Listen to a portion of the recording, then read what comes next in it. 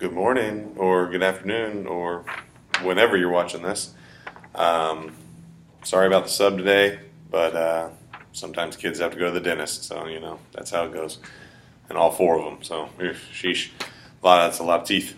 So I wanted to go over some of the bikini bottom dye hybrid crosses that you should be working on today. The cat squares that you got yesterday, again, you're supposed to finish that first and then start on this. So I just wanted to kind of go over, maybe show you one more example of a dye hybrid cross. That way you have something to kind of help you follow along, just in case you need that. So if you look at this, the first few questions are just some general questions where you're going to use this chart on the right side to help you fill that in. So like heterozygous round eyes and then a blue body. So heterozygous, remember, anytime you see heterozygous, it's going to be big and little. So a dominant allele and a recessive allele. Hetero, different, so always a big and a little. So automatically, heterozygous round eyes, that should clue you in that it's going to be big R, little r. And then a blue body, if they only give you one trait, if they just say the trait, most of the time it's going to be the recessive trait. So let's check and see if I'm right. So blue body, yes. So blue body is the recessive trait. What's the only way that you can get a recessive trait is to have two recessive alleles, one from mom, one from dad.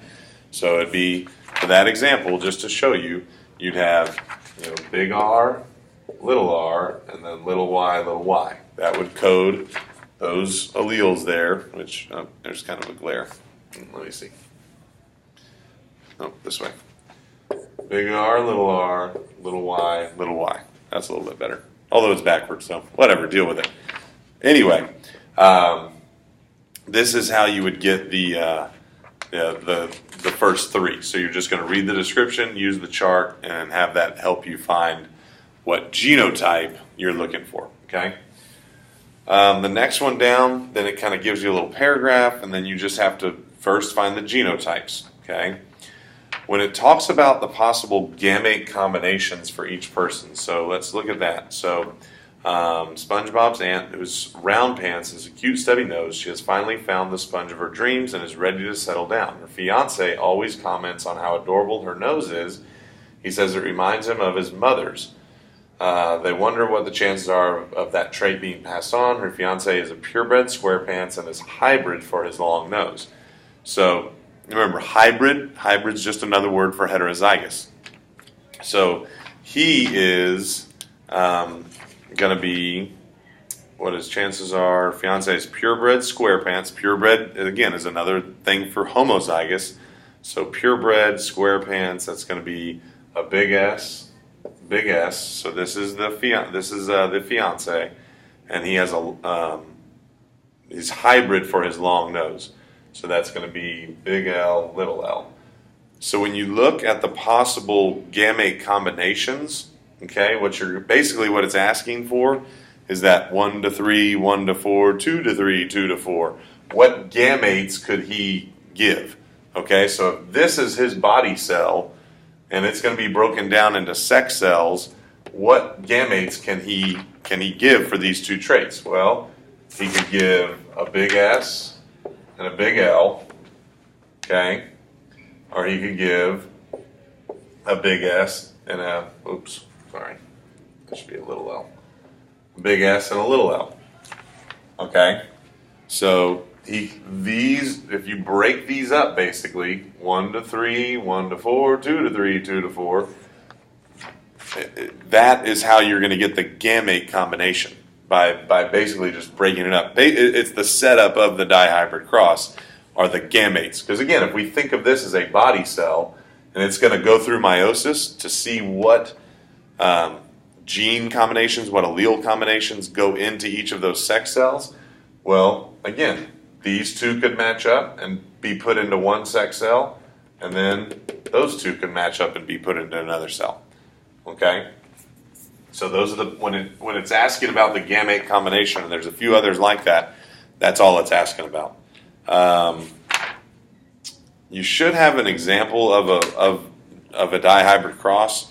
Let's just do a quick one. So let's just say big S, little s, big L, little l, crossed with, let's say, big S, little l, little l. Okay? So, remember, you draw your square, 16 squares. Okay? And then remember the rule.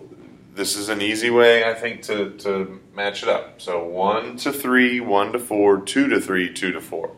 So if we number them off, 1, 2, 3, 4, and then number off the other side, 1, 2, 3, 4, 1 to 3, okay? 1 to 3, that's going to be big S, big L. Remember, one parent goes on one side, goes up top. This parent we're going to put up top. This other parent we're going to put on the side, on the left side. So 1 to 3, 1 to 4 would be big S, little l.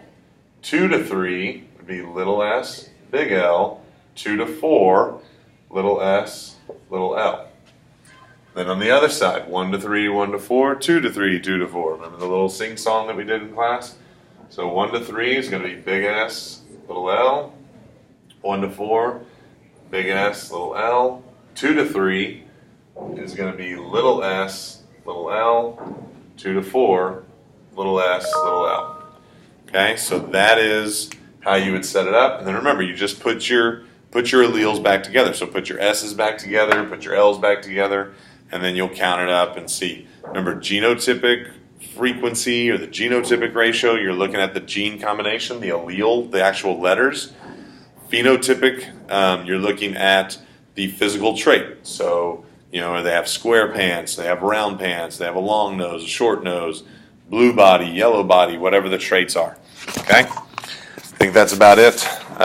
Hopefully this helps you out. I'll be back Wednesday. If you have any questions or anything, just let me know. Edmodo, message me or whatnot, and I will help the best I can.